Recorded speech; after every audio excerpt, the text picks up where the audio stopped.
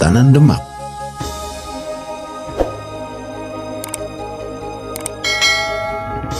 Demak pada masa puncaknya menguasai sebagian besar Jawa dan beberapa wilayah di Sumatera, Kalimantan, hingga Maluku. Dari Demak pula Islam mulai menyebar di seantero Jawa dan mencapai tempat-tempat lainnya di luar Jawa. Awal kemunculan Demak bermula dari Majapahit yang sudah diambang keruntuhannya. Keruntuhan Majapahit adalah lakon klasik tentang sebuah negara besar yang dirundung perebutan takhta di antara sanak saudara. Raden Fatah dengan dukungan Wali Songo berhasil mendirikan sebuah kerajaan baru di tengah kemunduran Majapahit. Raden Fatah lahir di Palembang pada tahun 1455, merupakan putra dari Brawijaya V, raja terakhir Majapahit, dari istrinya yang seorang muslim dari Cina. Ketika istrinya masih hamil muda, Brawijaya V menitipkan istrinya tersebut ke Adipati Palembang, Arya Damar. Raden Fatah kecil memiliki nama Hasan. Beranjak dewasa, Raden Fatah dikirim ke Ampel Denta, Surabaya, untuk mendalami agama Islam di bawah bimbingan Sayyid Rahmat, yang kelak dikenal sebagai Sunan Ampel. Selama berada di Ampel Denta, Raden Fatah memiliki kesempatan untuk mengenal keluarganya. Ampel Denta dekat dengan Istana Majapahit yang berada di Trowulan. Setelah beberapa tahun menimba ilmu di Ampel Denta, Raden Fatah dinikahkan dengan Sayyidah Murtasimah, putri dari Sunan Ampel. Tahun 1475, oleh Prabu Brawijaya V, Raden Fatah kemudian diberi sebuah daerah yang bernama Gelagahwangi. Bersama dengan beberapa sunan, Raden Fatah membuka Gelagahwangi menjadi sebuah kota pesisir yang ramai. Kota pesisir itu kemudian diberi nama Demak Bintoro. Demak pun tumbuh menjadi kota pesisir dengan pelabuhan yang ramai. Raden Fatah kemudian menjadi Adipati Demak, sebuah kota pesisir nan besar, pertemuan dari kebudayaan Hindu dan Islam. Ketika Demak semakin berkembang, perang saudara justru melanda ibu kota Majapahit.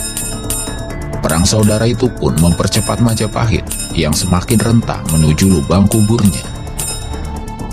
Setelah Majapahit runtuh, Demak pun mengambil alih kepemimpinan. Tahun 1478, Raden Fatah dilantik oleh para sunan anggota Wali Songo menjadi Sultan Demak. Sebagai identitas kota muslim, maka Raden Fatah bersama para sunan membangun sebuah masjid besar di tengah kota. Masjid besar itu dikenal sebagai Masjid Agung Demak. Raden Fatah memimpin Kesultanan Demak dengan didampingi para sunan yang dikenal sebagai Wali Songo. Runtuhnya Majapahit membuat semua wilayah bawahannya menjadi kerajaan-kerajaan yang mandiri.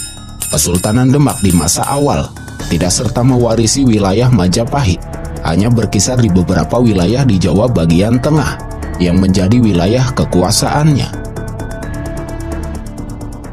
Pelan tapi pasti, dengan dukungan pengaruh dari Wali Songo, beberapa wilayah pesisir bekas Majapahit bergabung dengan Demak. Jalur perdagangan pun berkembang semakin ramai di bawah kendali Kesultanan Demak. Raden Fatah lebih banyak bergerak dalam pengislaman di Jawa daripada perluasan kekuasaan. Dalam masa kekuasaannya, Islam semakin menyebar, tidak hanya di pesisir, tetapi juga di pedalaman. Wali Songo berperan besar dalam proses Islamisasi Jawa. Ketika itu, Demak merupakan sebuah kerajaan yang lebih banyak berperan dalam penyebaran agama Islam. Tahun 1511, Kesultanan Malaka jatuh ke tangan Portugis. Jatuhnya Malaka membuat kerajaan-kerajaan di Nusantara menyadari sebuah ancaman di depan mereka, penjajahan oleh bangsa Eropa. Kesultanan Demak tidak tinggal diam.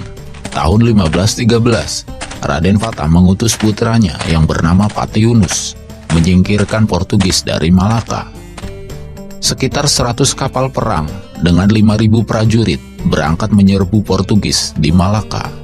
Penyerangan Demak ke Malaka ini membuat Pati Yunus mendapat julukan Pangeran Sabrang Lor atau pangeran yang menyeberangi Laut Utara.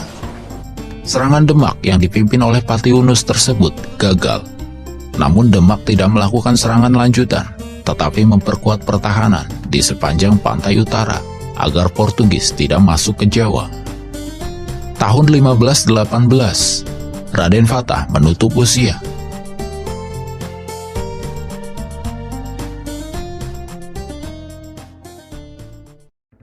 Patiunus kemudian naik tahta menggantikan ayahnya. Namun, sang pangeran yang menyeberangi laut utara itu tidak lama menduduki tahta. Tahun 1521, beliau meninggal dunia tanpa memiliki putra mahkota. Tahta Demak kemudian dilanjutkan oleh Sultan Trenggono, adik dari Patiunus. Kelak, dalam sejarah akan tertulis bahwa Sultan Trenggono merupakan penguasa terbesar dalam sejarah Demak. Tahun 1527, Tuban berhasil dikuasai Demak. Tuban adalah kota pelabuhan tua yang sempat menjadi pendukung perdagangan zaman Majapahit. Setelah Tuban, Demak bergerak ke selatan. Tahun 1529 hingga 1530, Madiun berhasil dikuasai Demak. Selanjutnya, Demak berhasil menguasai Surabaya pada tahun 1530. Pergerakan Demak ini ternyata mencemaskan sebuah kerajaan di sebelah barat mereka, yaitu Pajajaran. Bahkan dikala Sultan Trenggono belum berkuasa, Pajajaran sudah mencemaskan kehadiran Demak sebagai suksesor Majapahit. Tahun 1522, Prabu Surawisesa, Raja Pajajaran ketika itu, melakukan kontak dengan Portugis. Pajajaran mengizinkan Portugis membangun kantor dagang sekaligus benteng pertahanan di pelabuhan Sunda Kelapa. Sultan Trenggono pun merespon dengan mengirimkan armada perang yang dipimpin oleh Fatahillah pada tahun 1523. Namun, armada perang itu tidak langsung menyerbu Sunda Kelapa, tetapi pelabuhan Banten. Pergerakan Demak di pelabuhan Banten segera mengundang reaksi Portugis di Malaka. Pada tahun 1526, Portugis mengirimkan 6 kapal perangnya beserta 600 prajurit bersenjata lengkap. Di tahun yang sama pula, Sultan Trenggono mengirimkan 20 kapal perang beserta 1.500 prajurit ke Sunda Kelapa. Armada perang susulan dari Demak ini dipimpin langsung oleh Fatahillah yang sebelumnya sudah berhasil menguasai pelabuhan Banten. Tahun 1527, Sunda Kelapa benar-benar sudah dikepung dari timur dan barat oleh Demak. Pertempuran terbuka segera pecah dengan sengitnya. Setelah melalui pertarungan yang sengit, pada 22 Juni 1527, Sunda Kelapa pun jatuh ke tangan pasukan Demak. Fatahillah pun diangkat menjadi pemimpin pelabuhan, yang kemudian diberi nama Jayakarta. Selanjutnya, pergerakan Demak semakin meluas. Tahun 1543, Pasuruan dan Kediri berhasil dikuasai Demak. Pasukan Demak bergerak semakin ke selatan. Tahun 1545, Malang berhasil menjadi wilayah Demak. Tahun 1546, pasukan Demak yang dipimpin langsung oleh Sultan Trenggono bergerak menuju Panarukan, yang ketika itu masih menjadi wilayah Blambangan. Dalam sebuah pertempuran di Panarukan tersebut, Sultan Trenggono wafat. Wafatnya Sultan Trenggono menghentikan Demak dalam usahanya memperluas wilayah kekuasaan. Tahta Demak kemudian dilanjutkan oleh Sunan Prawoto, putra tertua dari Sultan Trenggono. Kepemimpinan Demak dilanjutkan oleh Sunan Prawoto, putra dari Sultan Trenggono. Sunan Prawoto memiliki nama kecil Raden Mukmin. Ketika berkuasa, Raden Mukmin memindahkan istana Demak ke Bukit Prawoto. Selain itu, Raden Mukmin yang lebih tertarik kepada Islam daripada politik kenegaraan, memilih menggunakan gelar Sunan daripada Sultan. Ketika dilantik menjadi pemimpin tertinggi Demak, beliau pun menggunakan gelar Sunan Prawoto. Sunan Prawoto mewarisi Demak sebagai kerajaan yang memiliki pengaruh kuat di Nusantara. Besarnya pengaruh Demak membuat Sunan Prawoto mulai berpikir meneruskan kebijakan pendahulunya untuk memperluas wilayah. Belum sempat Sunan Prawoto meneruskan kebijakan ayahandanya, Demak pun mulai mengalami nasib seperti Majapahit. Perebutan tahta di antara sanak saudara membayangi Kesultanan Demak. Suatu malam, pada tahun 1549, seorang telik sandi Jipang bernama Rungkut berhasil menyusup ke istana Prawoto. Tugasnya hanya satu, membunuh pemimpin tertinggi Kesultanan Demak.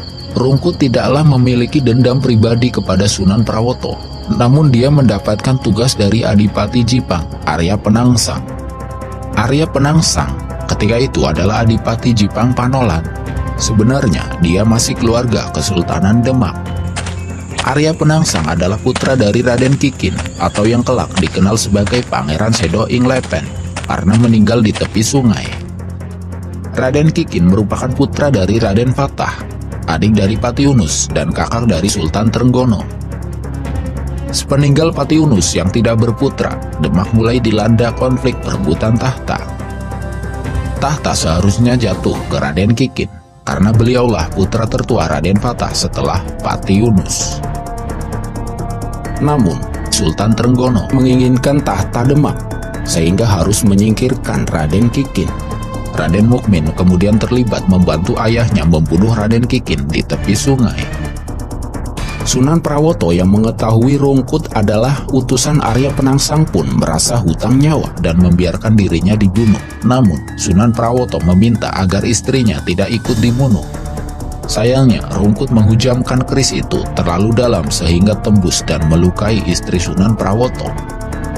Tidak ada yang selamat dalam tragedi itu. Sunan Prawoto yang melihat keris Rungkut melukai istrinya pun marah, sehingga mencabut kerisnya dan membunuh suruhan Arya Penangsang. Sunan Prawoto dan istrinya pun turut meninggal akibat luka yang dideritanya. Konflik sanak saudara ini membuat Kesultanan Demak menjadi lemah.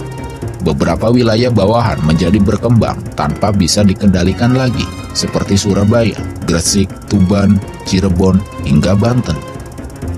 Sementara itu, konflik di Demak menjadi pertikaian antar saudara yang tidak kunjung habis. Setelah menyingkirkan Sunan Prawoto, Arya Penangsang pun menyingkirkan Pangeran Hadiri, Adipati Kalinyamat yang merupakan menantu dari Sultan Trenggono. Setelah menyingkirkan Pangeran Hadiri, Arya Penangsang pun mengincar menantu Sultan Trenggono lainnya, Adipati Pajang atau yang dikenal dengan nama Hadiwijaya atau Joko Tingkir. Arya Penangsang pun mengirim 2 orang telik sandi untuk menyusup ke istana Pajang. Adipati Hadiwijaya ternyata lebih sulit disingkirkan. 2 orang telik sandi Jipang gagal melakukan tugasnya, bahkan bisa ditundukkan oleh sang Adipati Pajang. Bukan hukuman mati yang diterima 2 telik sandi itu. Adipati Pajang justru memberikan hadiah dan menyuruh 2 telik sandi itu kembali ke Jipang. Adipati Pajang sengaja melakukannya untuk menghina Arya Penangsang. Konflik yang berlarut-larut itu membuat salah satu wali Songo, yaitu Sunan Kudus, turun tangan untuk mendamaikan Arya Penangsang dengan Hadiwijaya. Sampai saat itu, Hadiwijaya masih enggan melakukan perang terbuka, mengingat dirinya adalah anak menantu dari Kesultanan Demak. Upaya damai itu hanya menghasilkan situasi yang tidak pasti, dan permusuhan Jipang dengan Demak pun beralih menjadi Jipang melawan Pajang. Setelah upaya damai yang digagas Sunan Kudus, Hadiwijaya menemui Ratu Kalinyamat, putri Sultan Trenggana dan istri Pangeran Hadiri. Ratu Kalinyamat yang merupakan saudara Sunan Prawoto menjanjikan kepada Hadiwijaya tahta Demak jika mampu menyingkirkan Arya Penangsang. Adipati Hadiwijaya sebenarnya enggan melawan Arya Penangsang. Bagaimanapun Arya Penangsang adalah cucu Raden Fatah, sedangkan dirinya hanyalah anak menantu. Untuk mengatasi masalah itu, Adipati Pajang itu pun mengutus 2 orang kepercayaannya, Ki Gede Pemanahan dan Ki Panjawi, dengan ditemani seorang ahli strategi perang bernama Ki Juru Martani. Ki Gede Pemanahan, Ki Panjawi, dan Ki Juru Martani pun memimpin pasukan berangkat ke Jipang. Adipati Hadiwijaya akan memberikan tanah Pati kepada Ki Panjawi dan hutan Mentao kepada Ki Gede Pemanahan jika berhasil melaksanakan tugasnya. Dalam rombongan itu, terdapat anak muda yang bernama Raden Sutawijaya. Dia merupakan putra dari Ki Gede Pemanahan, sekaligus putra angkat dari Adipati Hadiwijaya. Ki Juru Martani yang ahli strategi ternyata mengirimkan Raden Sutawijaya untuk bertarung 1 lawan 1 menghadapi Arya Penangsang. Terjadi pertarungan sengit di tepi Bengawan Solo yang melibatkan ribuan prajurit dari kedua belah pihak. Pasukan Pajang berhasil memenangkan pertempuran di tepian Bengawan Solo. Raden Sutawijaya berhasil menewaskan Arya Penangsang. Selanjutnya, pasukan dari Pajang itu menyerbu istana Kadipaten Jipang. Keberhasilan pasukan Pajang melawan Jipang pun menandai akhir dari Kesultanan Demak. Seperti janji Ratu Kalinyamat, Adipati Hadiwijaya mendapatkan hak untuk memerintah seluruh wilayah Demak.